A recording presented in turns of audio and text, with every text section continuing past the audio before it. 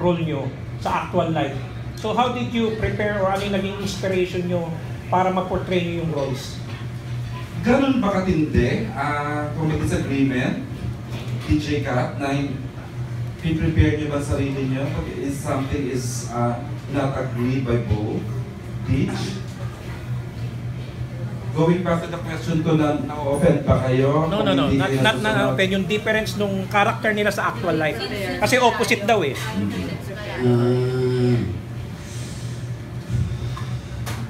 Ako kay Dos, siguro kailangan ko lang ilabas yung hindi pa nakikita ng tao sa ano, sa kulit side, yung ganyan. I mean,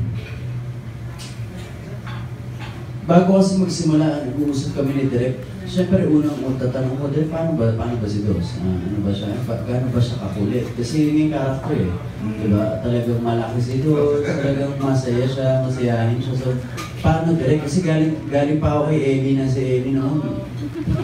Oo. Lugmok lang. Oo, kakaisip sa pamilya. Yun, so, yun sir, nag-usapan lang namin kung paano. Yung mga unang scenes namin ni Direk, nandun pa yung lugmok pa rin ako eh. Sobrang angin ko. Tapos, unti-unti, umahanap ako mga inspirasyon. Una sa kapangalan ko doon yung AD namin, si Barry.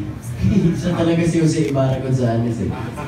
Yun, gumawa ako sa kanya kung gaano kakulit yung AD namin. Iba yung kakulitan nun. Tsaka, pero gusto rin namin siya i-thank you dahil ang laking tulong ng AD namin. Super AD namin si Barry.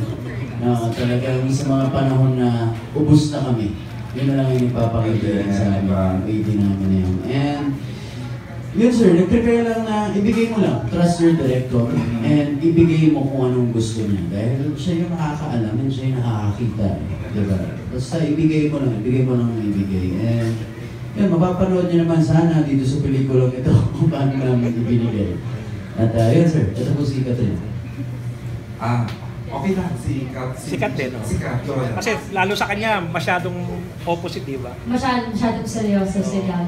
Siguro nga mas okay sa akin kung malayo talaga sa akin po yung character. Para at least, pag napanood nila, hindi nila sabihin, this eh, parang si Catherine. At least, advantage yung pag yung binigay na character sa'yo, hindi mo talaga ginagawa, hindi ka ganun pumorong, ganyan. At least napanood nila, si Gabby makikita nila, hindi si Katrina. Yun yung importante sa amin. Yun naman talaga.